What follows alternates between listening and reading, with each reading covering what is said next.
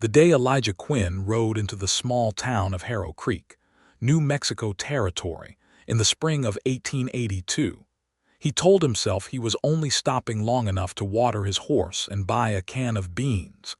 But the sound of breaking glass from inside the Silver Spur Saloon changed the direction of everything he thought he knew about his life.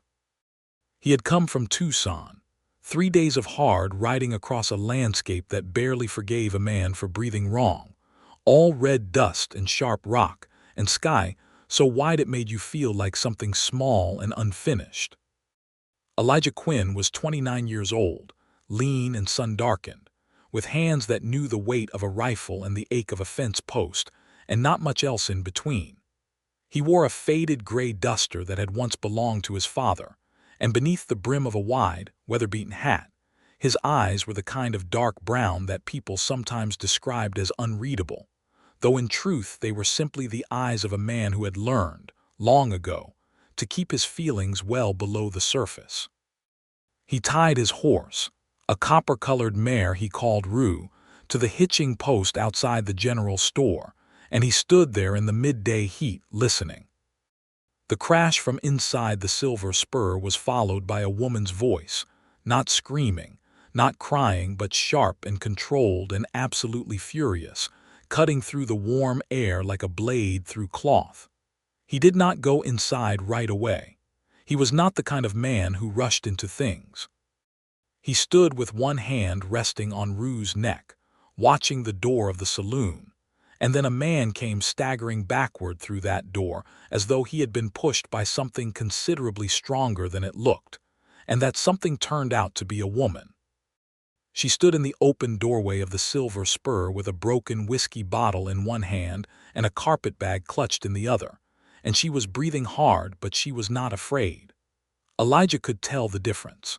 She was 24 or 25, with dark auburn hair that had come mostly loose from whatever arrangement it had been put into that morning, and a dress that was travel-stained and torn at one sleeve. Her face was flushed, her jaw was set, and she was staring down at the man in the dirt with an expression that contained absolutely no apology.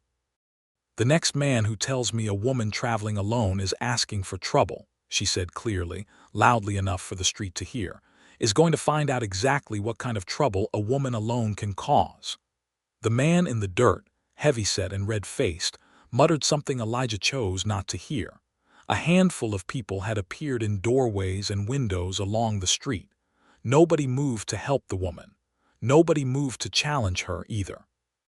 There was a particular quality of stillness that fell over Harrow Creek in that moment that Elijah Quinn had seen before in other towns, the stillness of people who had decided that whatever happened was not their business, while still intending to watch every second of it.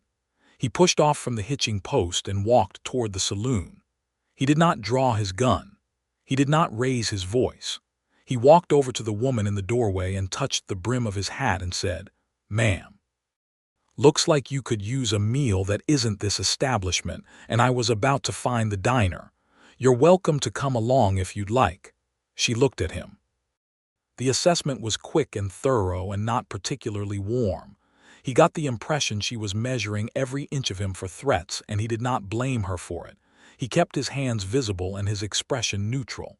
"I don't know you," she said. "No, ma'am. My name is Elijah Quinn. I'm just passing through." She considered this for another 2 seconds. Then she stepped off the boardwalk, still holding the broken bottle, still holding the carpetbag, and she fell into step beside him without another word. They were halfway down the street before she set the broken bottle down on a fence post. He noticed she still held the carpetbag close against her side, as though it contained something that mattered more than the dress or the loose hair or anything else she was carrying. The diner was a narrow building between a barber shop and a dry goods store, run by a stout woman named Mrs. Garces, who looked at the state of Lydia's dress and the state of Elijah's duster, and set 2 plates of beans and salt pork in front of them before they had a chance to ask for anything. "Thank you," Lydia said, and it was the first time she spoke anything that wasn't purely functional, and there was something in the word, something thin and tired beneath the surface of it, that made Elijah pay attention in a different way. I'm Lydia Boone, she said then, as though she decided she owed him that much. From Missouri originally, more recently from a great many places. Where are you headed? He asked. Farther west. She ate with the efficiency of someone who hadn't had a real meal in longer than was comfortable. I have a job offer, a boarding house in Socorro. The woman who runs it, a Mrs. Inez Verla, wrote to me through a mutual acquaintance and said she needed someone to help manage the place. Cook, keep accounts, deal with guests. That's respectable work, Elijah said. It is. She looked at him directly. I'm respectable, in case you were wondering. I wasn't, he said, and he meant it simply, without any particular edge, and she seemed to believe him. They ate mostly in silence after that, but it was a comfortable silence for two people who had only known each other for about 12 minutes. Elijah drank his coffee and Lydia ate most of her beans, and then sat with her hands wrapped around her tin mug, staring at something that wasn't the table. He did not push. He had learned in 29 years of living mostly alone that people told you things when they were ready or they didn't tell you at all, and that trying to hurry the process accomplished nothing except making the other person feel crowded. How far is it to Socorro from here? She asked. On a good horse, day and a half, maybe 2 days. You're traveling by stage. She shook her head. I had the money for stage fare. I no longer have it. The way she said it told him the man in the silver spurs doorway wasn't the first person to have taken something from her on this journey. He set his coffee down. I can take you as far as Rio Salado, he said, which is about 20 miles north of Socorro. From there you can find a horse or a wagon easily enough. She looked at him again with that measuring look. Why would you do that? Because it's on my way, he said, and because I don't have a particularly good reason not to. That almost made her smile. He could see it trying to happen at the corners of her mouth and then thinking better of it. She was not a woman who smiled easily at men she didn't know, and he found he respected that enormously. All right, she said, but I'll pay you when I get to Socorro and have my first wages. You don't need to pay me anything, he said. I need to, she said firmly. I don't take charity. He nodded once. Fair enough. They left Harrow Creek an hour later, Lydia riding Rue while Elijah walked, which she objected to strenuously, and he ignored with the particular calm stubbornness of a man who had made up his mind. The afternoon stretched long and golden before them, the desert scrubland giving way gradually to the low foothills of the mountains to the north and east, and the sky was doing the thing that the New Mexico sky did every afternoon in May, filling itself with towers of white cloud that went purple at the bottom and climbed so high they seemed impossible. You don't have to walk, she said again, 2 miles out of town. The horse needs the rest more than I do, he said, and I've walked longer stretches than this. She made a sound that might have been disbelief or might have been reluctant admiration. He walked beside Rue with one hand on the rein, and after another quarter mile she stopped arguing about it. They made camp that evening near a dry creek bed where a stand of cottonwoods provided both wood and a degree of shelter. Elijah built a fire small and neat, the way you built fires in open country when you didn't want to announce yourself to every person within sight, and he put water on to boil for coffee while Lydia sat on a flat rock with her carpetbag on her knee and looked out at the fading light on the hills. You're from New Mexico, she asked. Texas originally, near Laredo, but I've been moving around. What do you do? He thought about how to answer this. Whatever needs doing. Lately I've been working cattle, scouting trail for a freight company out of Tucson. Before that, I was a deputy sheriff in a town called Flat Rock that doesn't exist anymore. She looked at him sharply. What do you mean doesn't exist anymore? Fire, he said simply. Spring of 1879, most of the town burned, people scattered. The ones who were left decided there wasn't much point in staying. He paused. Including me. She absorbed this. Were you born and raised in Laredo? Born there. My mother died when I was 7. My father ran cattle until the drought of '73 took most of the herd and most of his will along with it. I left at 15 and learned most of what I know from men who were smarter than me and paid better attention. He handed her a tin cup of coffee, and she took it and wrapped her hands around it the same way she had with the mug at the diner, and he thought that this was probably a habit of hers, holding something warm when the temperature dropped. "Do you have family?" she asked. "Anyone waiting on you somewhere?" "No," he said. "You?" She was quiet for a moment. "I had a brother, Thomas. He died 2 years ago." She said it cleanly, without decoration. "And a husband." He waited. "He died too," she said. "Last autumn." He did not say he was sorry, because he had learned that people who had been condoled to the point of exhaustion sometimes needed the condolence to simply not happen for a little while. He just nodded and poured himself coffee and let the silence do what it was going to do. She looked at him. "You're not going to ask?" "Not unless you want me to," he said. She turned back to the hills and the darkening sky. His name was Carter Boone. He was a farmer out near Alamosa, Colorado. We had been married 4 years. She stopped. He was a good man. That's not always a simple thing to say about someone, but in his case it was just true. He was genuinely good. Her voice was steady. "A fever took him in October, 3 days from first symptoms to gone. We didn't even have time to send for a doctor." "I'm sorry," Elijah said then, "because that moment required it." She accepted this with a small nod. "Afterward, I found out that the farm had more debt than Carter had told me about. Not because he was dishonest, he was trying to protect me from worrying. But when he was gone, the creditors came and I had to sell everything. The farm, the livestock, the tools, most of the furniture. I kept what I could carry." She glanced down at the carpet bag. "And then I started writing letters." "How long have you been traveling?" he asked.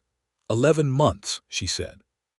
"I spent the first 3 in Alamosa, trying to sort out the estate. Then I went to Santa Fe looking for work. Then Albuquerque. Then Tucson for a while before I got the letter from Mrs. Verla." She paused. "The man in Harrow Creek was someone who had offered me a ride from the last town. He said it was because he was going in the same direction. Somewhere around midday he told me what he thought the ride was worth. I told him to stop the wagon, and when he did not stop it, I encouraged him to." Elijah's jaw tightened. "You got out of the wagon at speed." "I rolled out," she said, with a flatness that told him she was not interested in sympathy for the indignity of it. "He took my bag with the stage fare inside when I fell. By the time I caught up to it, he was in the saloon, and when I asked for my money back he refused, and so we came to the arrangement you witnessed." The fire crackled between them. Somewhere in the distance a coyote called once and then stopped. "You did what needed doing," Elijah said quietly. "I did," she agreed. He could see in her face that the steadiness was real, not performed, and that she had built it carefully over 11 months of hard travel and had no intention of letting it slip. He respected it the way he respected the desert for its particular relentless endurance. She slept near the fire, wrapped in the blanket he gave her from his bedroll, and he took the first watch and then the second one too, sitting with his back against a cottonwood with the rifle across his knees, watching the dark and listening to the creek bed and the horses and the night, and not thinking about anything in particular except how long it had been since he had sat like this in the presence of another person without feeling the pull to be somewhere else. In the morning she insisted on making the coffee, and she made it considerably better than he did, strong and clean, and she handed him the first cup with a look that acknowledged this without saying anything, and he took it with a look that was an equally wordless thank you. They rode and walked and talked as the hours moved through the morning. He told her about scouting for the freight company, about the routes through the Sonoran Desert, about a town called Mineral Springs, where a brotherly sort of argument had gotten out of hand, and resulted in Elijah spending 6 hours on a rooftop, with a rifle keeping 2 different groups of men from shooting each other while a marshal was sent for. She laughed at that, genuinely, suddenly, the laugh breaking out of her the way laughter sometimes did when you had been holding yourself very straight for a long time, loose and surprised and real. It was the first time he heard her laugh, and it rearranged something in his chest in a way that he noticed and then immediately set aside, because he was a practical man, and she was recently widowed and heading to a new job in a new town, And this was not the kind of story that went where his first instinct suggested. She asked him about the freight company, about what it paid and whether the work was reliable, and she asked with the practical, focused interest of someone who was accustomed to thinking about money in concrete terms, about what a thing cost and what it was worth, and whether there was enough of it to see you through to the next thing. He answered honestly. She listened carefully. She told him about her experience keeping the accounts for the farm, and for a dry goods shop she had worked in during her time in Santa Fe. And he could hear that she was good with numbers and better with people, the kind of person who could make a boarding house run like a clean clock. They stopped at midday in the shade of a rock formation that threw a long shadow east, and Elijah shared the dried beef and hard biscuit he'd bought in Harrow Creek, and Lydia produced from the depths of the carpetbag a small paper parcel of dried apricots that she said she had been carrying since Albuquerque and had been saving because some things were worth the wait. He ate the dried apricots and agreed with her on that point entirely. "What will you do after Rio Salado?" she asked. "I've got a letter in my pocket from a man named Dewar who runs a horse ranch near Lincoln," he said. "He's looking for someone to help train and break horses over the summer. I've done that kind of work before." "You like horses," she said. It was an observation, not a question. "I do," he said. "They're straightforward. They tell you what they're feeling. They don't hide things." She looked at Rue, who was presently attempting to eat the dried grass near the base of the rock with an air of total contentment. "My Carter was like that," she said softly, and then seemed to surprise herself by saying it. Elijah kept his eyes on the middle distance. "That's a good quality," he said. "It is." She refolded the paper parcel carefully. "I thought for a long time after he died that I would never want anything like that again, not because it hurt too much, but because," she stopped, "because what we had was particular. It was not going to be repeated, and I was not interested in something less." He turned his head to look at her then. She was looking at the apricots. "That makes sense," he said. "But 11 months of living on determination alone does something to a person," she said quietly. "It does not make you want less. It makes you want differently." She looked up at him. "Not that I am saying anything specific by that. I am just talking." "I know," he said. "I'm just listening." She met his eyes, and something passed between them that was neither a promise nor a question, but was something in the vicinity of both. And then she looked away at the desert, and the conversation moved on to other things. By the second day, they had found a rhythm that felt, to Elijah, like something it should have taken weeks to develop. She woke before him and had the fire going, and he found the water source while she cooked, and they ate together and broke camp with the particular coordination of two people who were not yet communicating in words, but already communicating in the way they moved around each other, giving space, taking up the right amount of it, never getting in the other's way. They passed through a small ranching settlement called Shenega late in the afternoon of the second day, where Elijah traded an hour of fence repair for a meal at the ranch house and a night in the barn.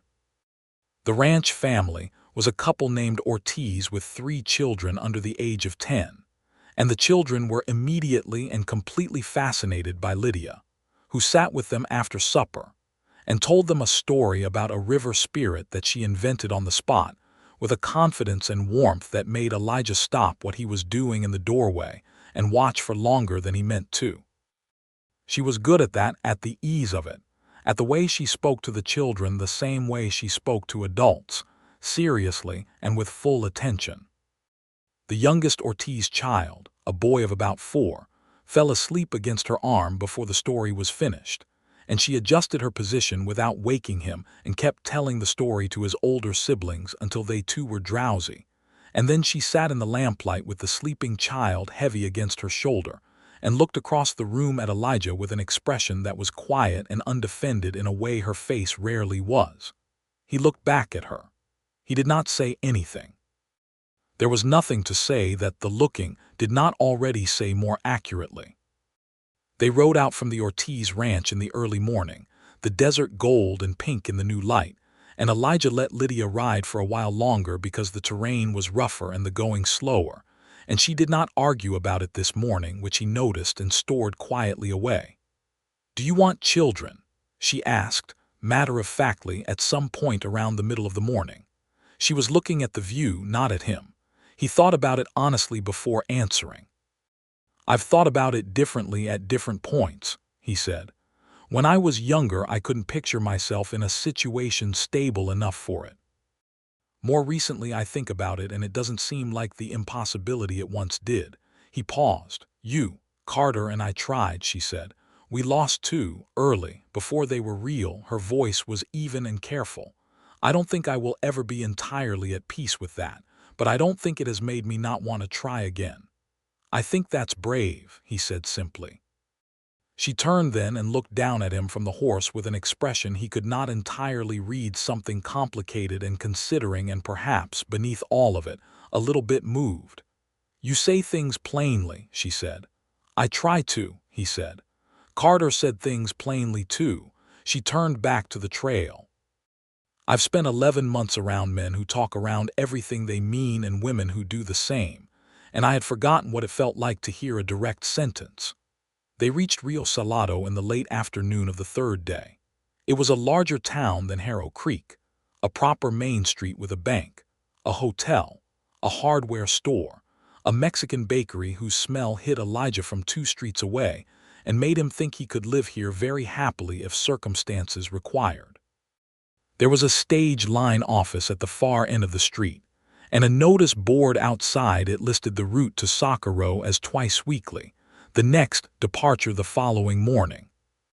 They stopped in front of the hotel, and Elijah swung down from the saddle and turned to help Lydia down from Rue, and she put her hands on his shoulders and stepped down, and for a moment they were very close together, and the carpetbag was between them like a careful chaperone. "Well," she said. "Well," he said. She looked up at him. "I don't know how to thank you properly." "You don't need to, Elijah." She said his name with a firmness that made him listen. "I need to, I want to." She paused. "Not just for the ride. For talking to me like I was worth talking to. For not treating me like a problem that needed solving, or a charity case, or a—" She stopped. "A lot of men on this journey have treated me like something they could define. You have not done that once." He held her gaze. "You're not something that can be easily defined," he said. "I've figured that much out." She almost smiled again, and this time it made it all the way, brief and warm and entirely real. "I will pay you for my first wages," she said. "Where can I send it?" He thought about this. He had not actually thought further than this point. "Care of the post office in Lincoln," he said. "They'll hold it." She nodded. She stepped back. She picked up her carpetbag and they walked to the hotel side by side, and the desk clerk gave them 2 rooms on the same floor, which were clean and small and smelled faintly of pine soap, and Elijah paid for both before she could argue about it, and simply looked at her when she started to and said, "Let me," with enough quiet earnestness that she stopped. She took dinner with him in the hotel's dining room, and they ate beef stew that was genuinely good and drank coffee and talked about Lincoln County, and whether the trouble there 3 years ago had truly settled or was just resting. And Lydia had opinions on the matter that were sharp and informed, having passed through the area in her travels, and Elijah found himself listening to her the way he had listened to the best men he'd ever worked for, with the full attention of someone who is hearing something useful. After supper they stood in the hallway outside their rooms, and neither of them moved to go inside right away. "I am going to Socorro tomorrow," she said. "And you are going to Lincoln?" "Yes," he said. "Those are different directions." "They are." She looked at him steadily. "I find that I am not pleased about that," she said. "In case you wanted to know." Something warm moved through him that he did not name but felt entirely.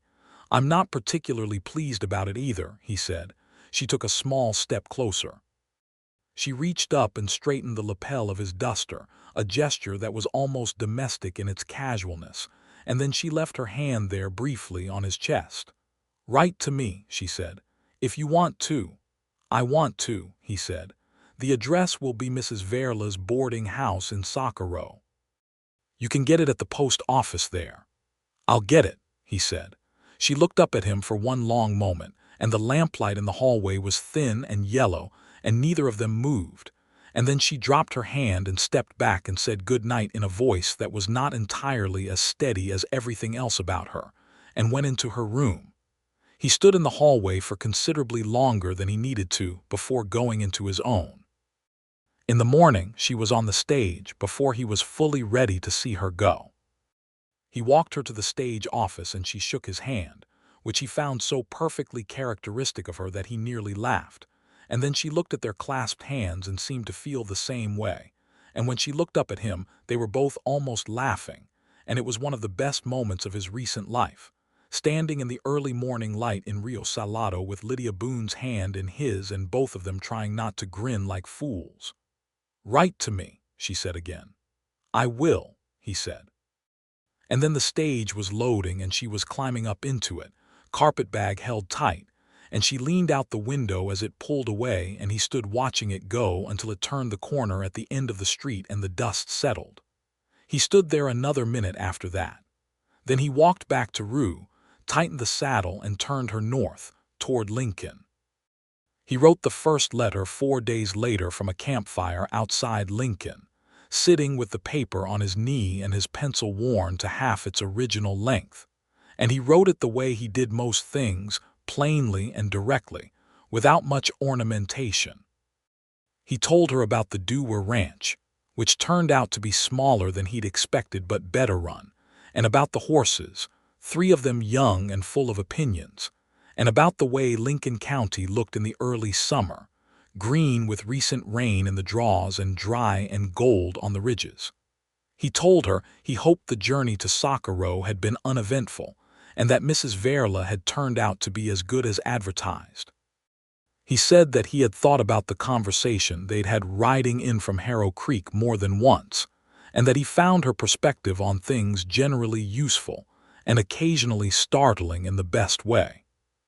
He reread this and thought it was probably about as honest as he was going to get. He sent it. Her reply came 3 weeks later and was 6 pages long and made him feel, in the reading of it, like the world had become about 20 degrees warmer. She wrote that Socorro was everything she had hoped, and that Mrs. Inez Verla was a formidable 60-year-old woman with strong opinions about the proper way to fold linens and a deep and genuine kindness beneath every one of those opinions. She wrote that the boarding house had 10 rooms and was generally full, and that she was working harder than she had in years and sleeping better than she had in considerably longer. She wrote that the town was a genuine mix of people, Anglo and Mexican and Apache, and a dozen other origins besides, and that she found this endlessly more interesting than Missouri had been. She wrote 3 pages about a dispute between 2 of the long-term boarders over the correct recipe for green chili stew that had escalated in ways that a woman of her organizational abilities had been forced to mediate with the diplomacy of a foreign ambassador. She ended the letter by saying that she had thought about their conversations too, and that she had also thought about the hallway at the Rio Salado Hotel, and that she was mentioning this in the spirit of the directness she had said she admired in him, in case he had been wondering. He read that last paragraph twice. Then he folded the letter and put it in the inside pocket of his jacket, next to the one from Dewar that had brought him here, and he went to work with the horses and did not say anything to anyone about anything, because there was nothing to say yet, and also because there was so much to say that he had no idea where to start. He wrote back within the week. He wrote more than he had the first time. He told her things about himself that he had not told most people about his father, about the drought and the cattle, and the particular quality of silence that had lived in their house after his mother died, a silence that had eventually become so familiar that he had carried it with him for years after leaving. He wrote about Flat Rock, about being a deputy in a town that had briefly held the peculiar promise of becoming somewhere real before the fire took it. He told her that the thing he had missed most about Flat Rock was not the job or the town itself, but the fact that for a while there had been something to be part of, some ongoing thing that required his presence, and that since then he had been searching, without fully admitting it to himself, for another such thing. He sent it, and then spent a week being moderately embarrassed about how much of himself he had put in it. Her reply erased the embarrassment entirely. She wrote that she understood exactly what he meant about searching for a thing to be part of. She wrote that Carter's death had cost her not just him, but the particular sense of being necessary to something larger than herself, and that she had spent the 11 months of her journey trying to rebuild that sense piece by piece, and that Socorro was beginning to feel like the place where she could actually finish the rebuilding. She wrote that she was telling him this not because it was sad, though it was, but because she thought he would understand it, and that there were remarkably few people she thought that about. She wrote, "I am not by nature a woman who rushes toward things, but I find that I am thinking about Rio Salado with some frequency and wondering about directions that are less different than they were." He read that sentence standing in the doorway of the bunkhouse at the Dewar Ranch with the late afternoon light coming through the door behind him, and he felt something happen in his chest that was the precise opposite of the careful emptiness he had been carrying around for years. Not painful, not loud, but undeniably real. The way the first rain after a long dry season was real, not dramatic, just there, settling into the ground. He went to speak to Dewar that evening and told him that the summer work was nearly done and that he'd be moving on in a few weeks. Dewar, a quiet, sensible man who had not asked Elijah anything more personal than his preference for coffee, nodded and said he'd have the wages ready. The letters continued through June and into July, crossing in both directions across the territory with a regularity that became its own kind of conversation. He wrote about the ranch work and the mountains and a thunderstorm that had come through in the night, so large and magnificent it had woken half the territory. She wrote about the boarding house, about an incident involving a traveling salesman and a missing pocket watch that turned out to be inside his own boot, about a family that had come through on their way west and had a child sick with fever who she had nursed for 2 days while Mrs. Verla cleared the dining room, and everyone pretended the whole establishment was a hospital, about learning to make proper red chili from the woman who supplied the kitchen. The letters were funny and serious and alive in the way only real correspondence could be, and Elijah, who was not a naturally expressive man, found himself writing things he had never said to anyone, with a directness and freedom that surprised him. She received each one and replied to each one, and her letters were the thing he read first and last every day and the thing he thought about in between. In early August he wrote and told her he was finished with the Dewar Ranch and would be heading south and that he would like, if she was willing, to come to Socorro. The reply came back in 9 days, which was fast for the territory, and it said, yes. He rode south through August's heat, stopping one night in a town called Mescalero where he played cards for 4 hours with 3 men who were considerably worse at poker than they believed, and won enough to cover his supplies for the next week and still feel vaguely guilty about it. He rode through Ruidoso and over the mountains, where the air changed and the trees were pine, and the sky came down close in a way that made him feel like he was riding inside something rather than across it. He came down out of the mountains onto the Rio Grande Plain and followed the river south, and Socorro grew out of the horizon on a Thursday afternoon in late August. Low adobe buildings and the square tower of the Mission Church in Cottonwoods along the riverbank, turning the first faint gold of the early fall. He found Mrs. Verla's boarding house on the east side of the main street, a large adobe building with a portal running the full front of it, flowering vines climbing the posts, a painted sign that said Verla House in dark red letters. He dismounted and tied Rue at the post and knocked, and the door was opened by a woman of about 60 with steel-gray hair, straight-backed and sharp-eyed, who looked him over from hat to boot heel in about 3 seconds and said, "You must be Elijah Quinn." "Yes, ma'am," he said. "Inez Verla," she said. "Come in. She is in the kitchen. She has been in the kitchen since noon pretending to be concerned with the bread, which does not require 6 hours of supervision." He followed Mrs. Verla through a cool, tiled hallway, past a sitting room where 2 elderly boarders were playing dominoes with great concentration, past a dining room with a long table and 8 chairs, and into the kitchen, which smelled of fresh bread and something with chilies and a clean soapy smell beneath both. Lydia Boone was standing at the kitchen table, her hands in a bowl of dough, and when he came through the door she looked up, and the expression on her face was one of the few things in his life that he thought he would remember until he was very old. Not surprise, because she'd been expecting him, but something more complex and immediate than surprise, something that was pleasure and nervousness, and a particular quality of open gladness that she clearly was not entirely in control of. "You came," she said. "I said I would," he said. She looked at him for another moment with flour on her hands and her hair in a practical braid and her eyes doing something complicated. Then Mrs. Verla said, "I will see to the boarders," with the crisp efficiency of a woman who has managed people for 40 years, and she disappeared back down the hallway. Lydia set the dough aside and wiped her hands on her apron and came around the table, and she stopped in front of him, and they were standing in the kitchen of the boarding house in Socorro in the August afternoon, and he could hear the sound of a cart in the street outside and a child somewhere laughing and the distant voices of the domino players. "You look good," she said. "Travel agrees with you." "You look better than you did at the Silver Spur Saloon," he said. She laughed, that same loose surprised laugh he had heard on the trail, and it did the same thing to his chest it had done the first time, that same rearrangement of something that had been sitting in one position for too long. He reached out and brushed a small bit of flour from her cheek, a gesture so simple and unplanned that it happened before he had decided to do it, and she went very still under his hand and looked up at him with an expression that was entirely unguarded.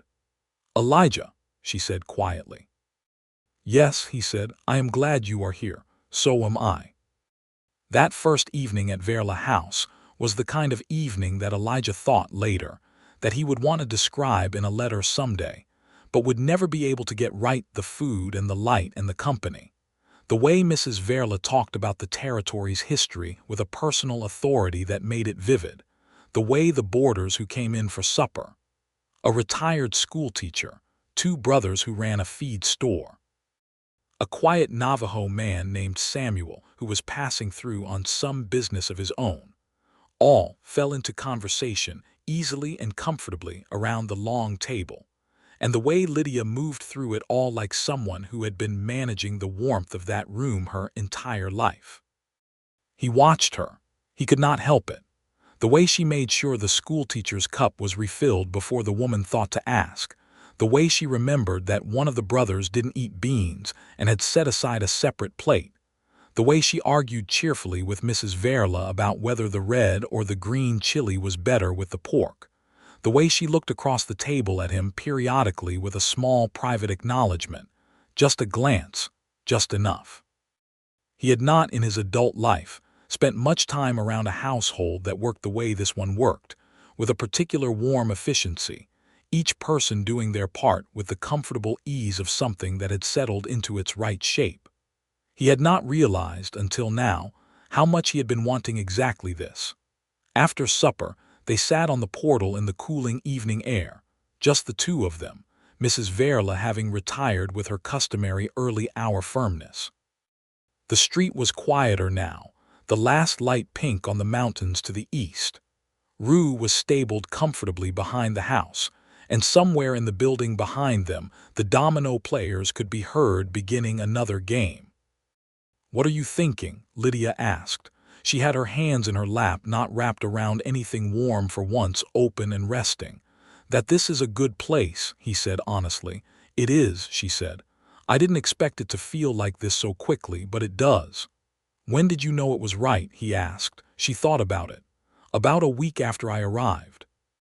Mrs. Verla sat me down and showed me the account books and asked me what I thought, and I told her, and she listened to every word I said, and then told me why she agreed with some of it and disagreed with the rest, and explained her reasons clearly, and I thought, this woman is treating me as an equal, as someone with things worth hearing." She paused. "I had not had that in a while." "You should always have that," he said. She turned her head to look at him in the fading light.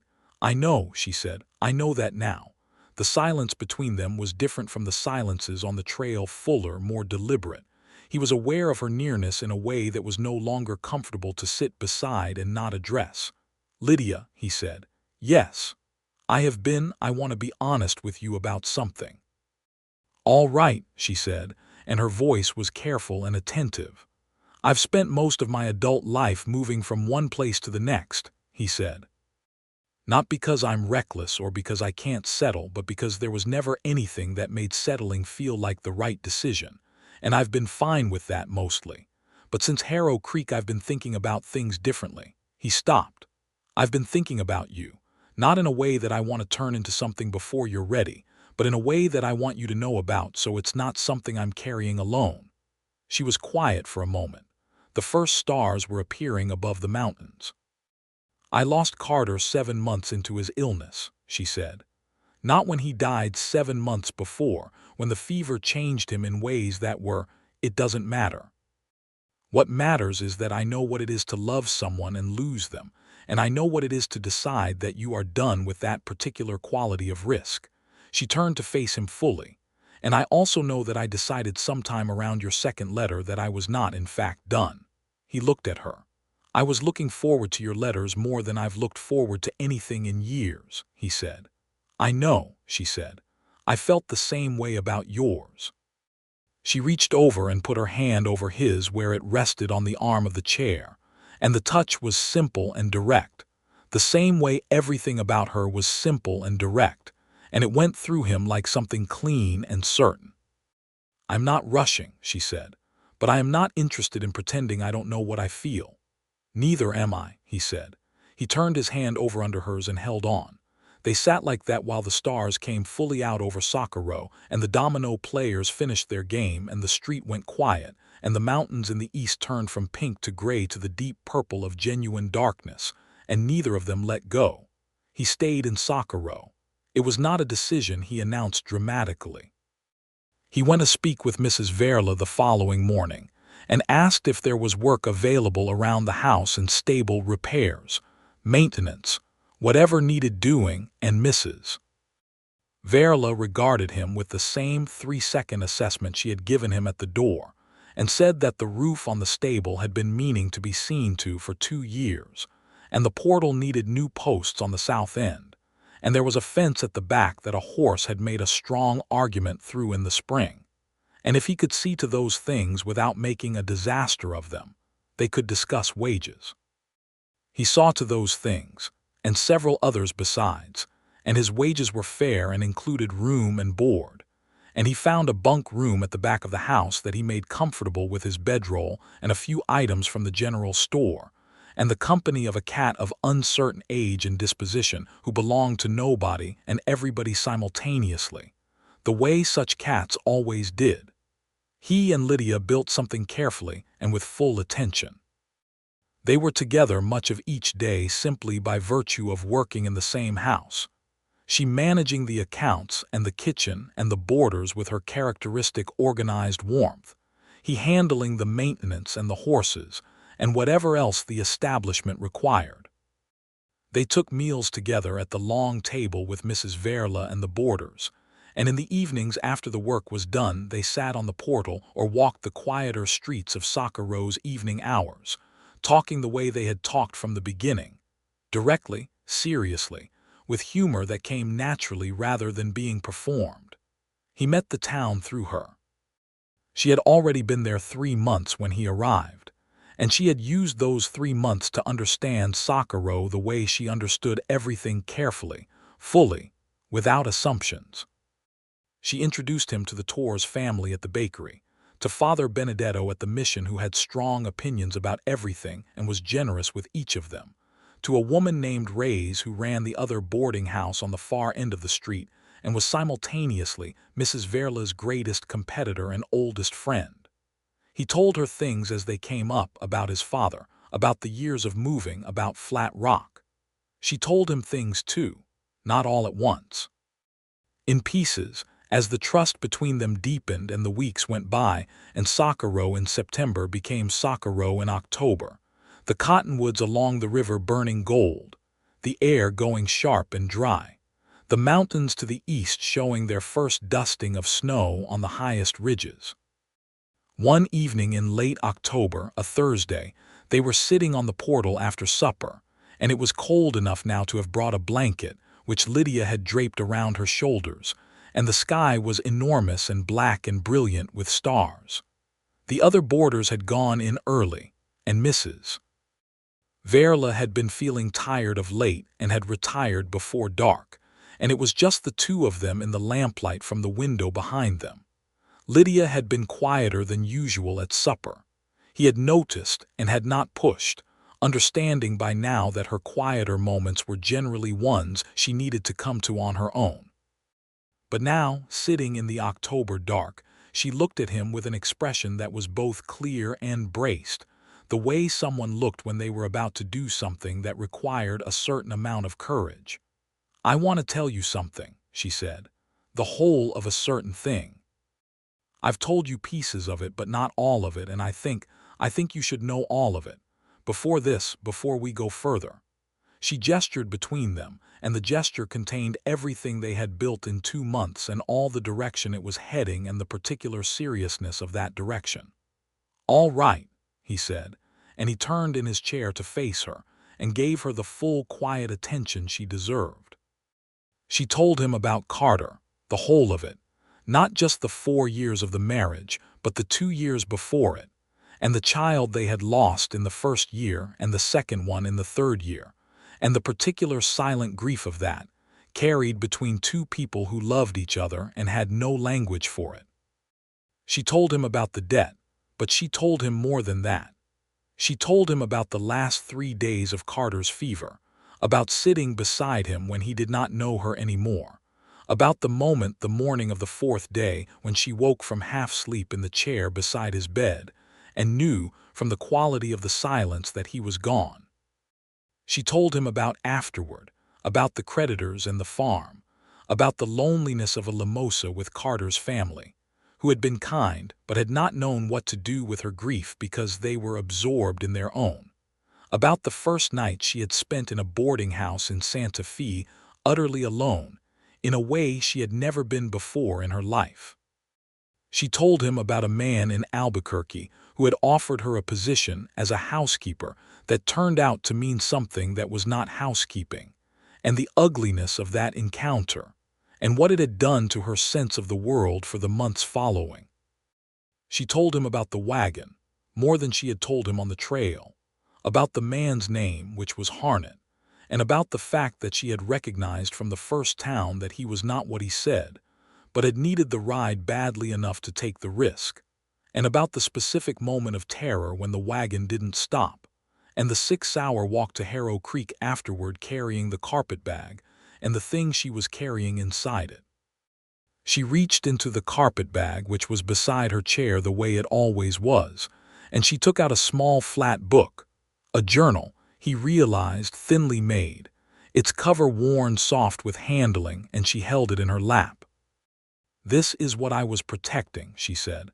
"Not because it's worth anything material. It was Carter's. He kept it our whole marriage. I've never been able to bring myself to read it, but I've kept it because I don't know. It's the last piece of him that still has a shape." She looked at the book. "I want you to know that it exists. I want you to know that I still carry it. I want you to know that I am telling you this because I am not interested in beginning something with you while carrying hidden weight. And this is the last piece of weight I have been carrying without telling you about." She looked up at him then, and what was in her face was the thing he had sensed from the beginning, the particular brave openness of a person who has decided that honesty is worth the risk of it, even when the risk is real. He sat with everything she had said. He let it settle. He did not try to find the right words immediately, because there were no words that were immediately right for what she had given him, the whole complex and painful and generous truth of her. He felt something move through him that he did not recognize at first, a pressure building in his chest, rising into his throat. He had not felt this in a very long time. Not the hot, sharp grief of a specific loss, but something else, something more like the weight of the world pressing down on the place inside you where other people lived, the accumulation of all the hard things carried alone for too long. The image of Lydia Boone walking 6 hours through the New Mexico desert alone with her carpetbag and her courage and her dead husband's journal. He stood. He said very quietly, "Give me just a minute," and he stepped off the portal and walked out to the edge of the yard, past the gate, and stood in the October night looking up at the stars. He had not cried since he was a boy. Not since his mother had died, when he was 7 years old and his father had stood in the kitchen, not knowing where to look, and Elijah had sat on the back step in the dark, and understood for the first time that the world was not safe, that the people you loved could go. In the 22 years since then he had lived through a father's slow disappearance into grief, through the hard education of the frontier, through fire and loss and the particular ache of sustained solitude. And through all of it, his eyes had stayed dry and his face had stayed level, not because he was cold but because he had learned as a child to send the hardest feelings somewhere else, somewhere below words. But standing in the Socorro night with the stars above and Lydia Boone's story still settling in him, the full weight of what she had carried, the whole picture of it from Missouri to the farm to the wagon road to the silver spur doorway, something gave way. Not loudly, not with any drama, 2 tears moving silently and then gone. But they were real and they were his, and they were for her and for Carter, and for the children who had not made it, and for the 6 hours walking, and for the 11 months of determination, and for the thing she was offering him now, which was the truth about herself given freely and without guarantee. He stood outside for a long time. He heard her stay where she was. She did not follow him. She understood he did not know how, but she understood that this was not a moment that required her presence to fix or comfort. She let him stand in the night and do whatever he was doing. When he came back, he sat down in his chair and looked at her. She looked at him and she could see, he knew, that something had changed in his face, and she held his gaze steadily. "I don't want to replace him," Elijah said. His voice was even, but it had a different quality now, opened up in some way, the way ground opened up after rain. "I don't want to be a version of him or a comfort for having lost him. I want to be a separate, true thing." "I know that," she said softly. "That is exactly what you are. And I am going to be honest with you about something too," he said. I have kept myself a long way from other people for most of my adult life. Not out of damage, or not entirely, but because I did not want to be responsible for something I couldn't sustain. And I want you to know that I don't take lightly what it means to stay somewhere, what it means to say that a place and a person are worth staying for." She was watching him with great care. "But I think you are," he said. "I think this is worth staying for, if you want that." She reached across the space between the chairs and took both his hands. "I want that," she said. They sat in the October night until the cold drove them inside, and it was not dramatic and it was not a grand declaration delivered on horseback, but it was entirely real, and they both knew it, and that was enough. November came in soft and cold, and December colder still, with a real snow in the mountains that dusted the lower hills and made everyone in Socorro talk about it with the pleasure of people who saw it rarely. The boarding house filled for winter travelers slowed by weather. A family wintering over while they decided where to go next. A young couple from Kansas who had reached the end of their westward journey here and seemed relieved about it. Elijah and Lydia moved through the crowded warmth of Verla House with the ease of 2 people who had figured out how to occupy the same space without losing the edges of themselves. He noticed that she never asked him to do something a different way without explaining why, and he appreciated it. She noticed that when he disagreed with her, he said so directly, and then let it be dropped once it was said, and she appreciated that in return. He asked her to marry him on a Sunday in December, which was not planned. They were mending tack together in the stable, he stitching a broken rein, she oiling a saddle that had gone dry and stiff, and the silence between them had the quality it had come to have, full and comfortable, the kind of silence that was better than most conversations. And he looked at her and thought with a clarity so complete, It felt almost like something exterior to himself, that there was no reason to wait and every reason not to. He put down the rein and the stitching tool and said, "Lydia." She looked up from the saddle. "I know this is not the most ceremonial setting," he said. She glanced around the stable at the horses and the tack and the worn wooden walls. "It's honest," she said. "I want to marry you," he said. "Not because I'm afraid of losing you or because I think you need someone to look after you, because you clearly do not, but because I want to be the person you come home to and the person who comes home to you, and I want to build something with you that stays built." He paused. "I want to stop being a man who is passing through." She set down the oilcloth. She stood up and came over to him and stood very close and looked up at him with her whole face clear and open. "Yes," she said. "Obviously, yes."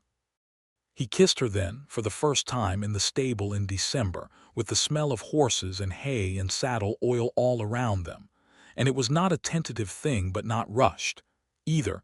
It was the kind of kiss that knew exactly what it was and where it was going.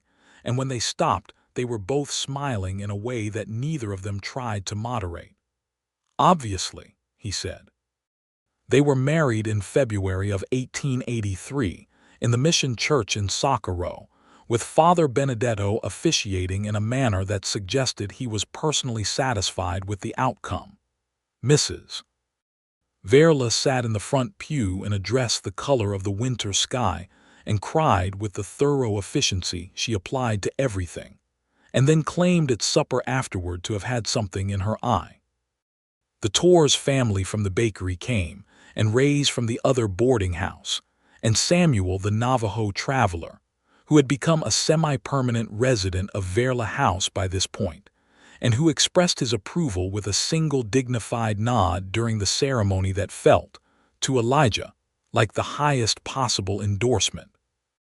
Lydia wore her best dress, dark blue, with her hair up and the small pair of earrings that had been her mother's, and she walked down the aisle of the mission with the same quality she had carried in the doorway of the Silver Spur.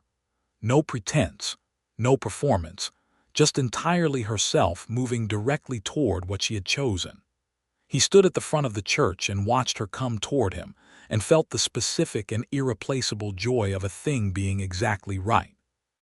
They said the words in front of the priest and the little congregation, and when it was over he held her hand, and she held his, and the afternoon light came through the mission windows and lay in long warm rectangles across the tile floor, and the bells rang once, twice, 3 times, and it echoed off the mountains and down the river valley and over the cottonwoods. They stayed on at Verla House for the first year of their marriage, Elijah managing the property's maintenance and taking on additional work for neighboring ranches and farms, Lydia continuing to run the house with Mrs. Verla. It was the most consistently happy year of Elijah's adult life, and he knew it while it was happening, which he had heard was rare, the ability to recognize a good time as a good time while you were inside it, rather than only afterward. They settled into each other with the ease of people who had already done the hard work of being honest. He knew that she had nights when the grief for Carter surfaced without warning, a dream or a smell or some small thing, and on those nights he simply held her without asking her to explain, because he had told her early on and meant it that the love she had carried for Carter was not something he was competing with, and that he was glad she'd had it, because it had made her the person who now lay beside him. She held his silences in the same spirit. There were evenings when the old emptiness visited him, the long habit of aloneness, and she never pushed against it, just stayed present until it passed. In the early spring of 1884 she told him she was expecting, sitting at the kitchen table in the morning light with her hands wrapped around her coffee cup in the old familiar way, and when she said it her face held both joy and a careful fear, the fear of the two they had lost before she knew him, and he came around the table and crouched beside her chair and took her face in his hands and looked at her directly. "Whatever happens," he said, "we are in it together." "I know," she said. "I just needed to hear you say it." He said it again. She leaned her forehead against his. Mrs. Verla received the news with a composure that lasted approximately 45 seconds before dissolving into the kind of tearful delight that only a 60-year-old woman who has watched two people fall in love from close quarters can produce. She immediately had opinions about diet and rest, and the arrangement of the room at the back of the house that Elijah and Lydia occupied. Opinions that were delivered with such warmth that it was impossible to be anything but grateful for them. The months of the pregnancy were ordinary in the best way, full of work, and the particular patience of waiting, of evenings on the portal watching the Socorro sky go through its performances, of letters written and received, since Lydia had maintained a correspondence with a cousin in Missouri who wrote back with the news of a world that seemed to her, from the high dry clarity of New Mexico, increasingly like something that had happened somewhere else. Elijah bought a small piece of land on the edge of town from a man who was moving on north, a flat piece of good ground with a well already dug and a stand of cottonwoods along the back, and began in his spare hours to build. He was not in a hurry about the building. He did it the way he did everything, methodically and well, with attention to the details that would matter in 20 years, not just the ones that mattered now. Adobe brick, a real kitchen, a room with a window that faced east to catch the morning light. He asked Lydia what she wanted, and she told him specifically. The east window, a proper stove, shelves built wide enough to hold the account books she planned to keep for the boarding house even after they moved out, a porch all the way around because she had decided she wanted to be able to sit in the shade regardless of where the sun was. He built all of it. The baby arrived in October of 1884, a boy, born at dawn in the room at the back of Verla House with Mrs. Verla, and a midwife named Dolores attending and Elijah in the hallway for 2 of the longest hours of his life. When Dolores opened the door and said it was done and they were both fine, Elijah went in and saw Lydia sitting up in the bed with the child held against her, and she looked up at him with a face so exhausted and so radiant and so entirely herself that he had to stop in the doorway and breathe for a moment before he could move. The boy was dark-haired and had his mother's jaw and a pair of lungs that he was not shy about employing. Lydia held him out to Elijah, and he took his son for the first time and stood there with this small and enormous thing in his arms and felt something complete and close in a way that had no words at all. "What do we name him?" she asked. They had talked about names but had not decided. He looked down at the boy, who was looking back at him with the unfocused but urgent attention of the newly arrived. "Thomas," he said, "for your brother." Lydia was quiet for a moment. "Then Thomas Carter Quinn," she said, "for both of them."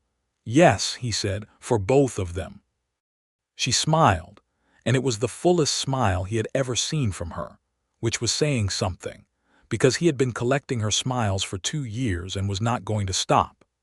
They moved into the house on the edge of town in the spring of 1885, when Thomas was 6 months old and could be placed on a blanket in the new kitchen, and observed the household operations with the regal authority of a small person who had decided the world was interesting. The house was everything they had designed it to be: cool in the summer heat, warm in the winter cold, full of light and the smell of the cottonwoods and the sounds of the town at a comfortable distance. Mrs. Verla came to supper 3 times a week, which was her official compromise position, having initially declared that she would come every night, and having been negotiated down from this by Lydia with the diplomatic skill she brought to all household management. Samuel, who had become as much a part of the establishment as the furniture, came occasionally and sat on the porch with Elijah in the evenings talking about horses and weather and the state of the territory, which was changing every year as the railroad pushed further in, and the old ways of moving across the land gave way to the new ones. Elijah found work that kept him close to home, breaking horses for 3 ranches within a day's ride, handling occasional freight hauling, helping to build a schoolhouse on the north end of Socorro that the town's growing population had finally decided was necessary. He was known in the town as a fair and quiet man, someone who did what he said and said what he thought, and he found that he liked the steadiness of being known, of having a place in a community that expected him to be there and was right to do so. Lydia kept the accounts for Verla House and took on the books for two other establishments in town, the Torr's Bakery and a small wool merchant's shop that was perpetually disorganized in its financial recording until she got hold of it. She had a regularity of purpose in her daily work that gave the household its shape, and she ran the house itself with the same organized warmth she brought to everything. And Thomas grew from a solemn infant into a bright-eyed toddler who had his father's steadiness and his mother's directness and everyone's absolute devotion. In the autumn of 1886, they learned there would be a second child, and this time the fear was smaller and the joy was larger, not because the risk was less real, but because they had learned to hold both things together, fear and hope, without letting one overwhelm the other. The second baby arrived in April of 1887, a girl this time, and they named her Inez, for Mrs. Verla, who received this information at the dining room table with a controlled dignity that lasted about as long as her earlier composure had, which was to say not long at all. Little Inez was noisier than her brother had been and more immediate in her demands, and had her father's dark eyes, and Thomas at 2.5 regarded her with the cautious fascination of someone who had not been consulted about this addition and was reserving judgment. By the end of the first week, he had decided he approved. By the end of the first month, he was her most ardent guardian, toddling after her cradle if it was moved and announcing any expression of displeasure on her part, with an urgency that required adult intervention. Elijah watched his children in the morning light of the new house and felt the accumulated weight of all the years of moving, the rootlessness, the intentional solitude, the towns he had passed through and left settle into something that no longer felt like loss but like preamble, as though all of it had been the long road to here, to this particular kitchen, this particular morning, this wife with her hair loose and her coffee cup in her hands, and her two children making their individual demands on the quiet. They had one of their ordinary evenings in the early summer of 1887, a Sunday, the children asleep, the house quiet, the late light lying long across the porch. Lydia was sitting with the account books open on her knee, not working, just holding them, looking at the mountains in the east going pink with the sunset. The carpetbag was still there. It lived under the bed now, still present, still with Carter's journal inside it, still necessary to her in a way that required no explanation and received none. "Are you happy?" she asked. It was not a question she asked often, and when she did it was always directly, always meaning it. He looked at her from his chair, at the woman who had come through the doorway of the Silver Spur with a broken whiskey bottle, and the whole of her life in a bag, and no intention of being defined by any of it. He thought about Harrow Creek and the trail and the letters and the October night on the portal and the stable in December, and the morning in the kitchen when she had told him they were expecting Thomas, and the way she had said Thomas Carter Quinn, and the building of the house, and all the ordinary, extraordinary mornings since. "More than I've ever been," he said. "More than I knew how to expect." She looked at him, and he saw in her face the same thing he felt, not the reckless joy of something new and untested, but the deep and particular satisfaction of something that had been built with care and was holding steady, was going to keep holding, was made of the right materials. "Good," she said simply. And she turned back to the mountains with her coffee, and he turned back to the mountains too, and the Socorro evening went on in its quiet and golden and completely reliable way, the sky doing what the sky in New Mexico always did, bigger than necessary and absolutely magnificent. He thought about writing a letter to Dewar, perhaps, the man in Lincoln who had given him the summer work and never asked personal questions, but had the look of someone who would be glad to hear that things had come out well. He thought he might write, "I stopped in a town called Harrow Creek in the spring of '82 because of the sound of breaking glass, and I have not passed through anywhere since."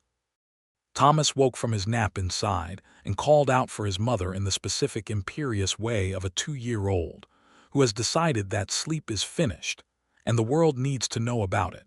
And Lydia set down the account books and stood and went inside, and Elijah listened to her voice through the open door, talking to the boy quiet and warm and steady, the voice of someone who knew exactly where she was and had chosen to be here absolutely. The Socorro night came on gently, the stars appearing one by one over the mountains, the cottonwoods moving in the small wind that came off the river in the evenings, the house behind him full of the sounds of the life they had made. He had not cried since he was a boy, not in any of the long, hard years between 7 and 29. But there had been a night in October on a portal in Socorro when Lydia Boone had told him her story, all of it, the whole of it, the farm and the debt and the grief and the wagon and the 6 hours walking, and the journal kept by a dead man she had loved. And something had shifted in him that had been fixed in place so long he had forgotten it was not permanent. He had stepped outside and stood in the dark and let the night have what the night was going to have, and then he had come back in and they had spoken to each other honestly and held on. He thought that was, perhaps, what love required above all else. Not the absence of grief or difficulty or the long, hard miles, but the willingness to stand outside in the dark for a while and then come back in and hold on. The last light went out of the western sky. The first coyote called from somewhere out beyond the edge of town. Inside the house, Lydia was telling Thomas something, her voice soft and even, winding toward sleep, and Inez made a small sound from the cradle that was not distress but just presence, the simple announcement of being there, and the house settled around all of it, the good smell of supper and lamplight and adobe walls still warm from the day. Elijah Quinn sat on his porch in Socorro in the summer of 1887 and did not go anywhere. He was home. He had been looking for it his entire life, and he had found it not in a place but in a person, and then the place had grown up around them like the flowering vine on the portal of Verla House, slowly, with full intention, reaching toward the light. Mrs.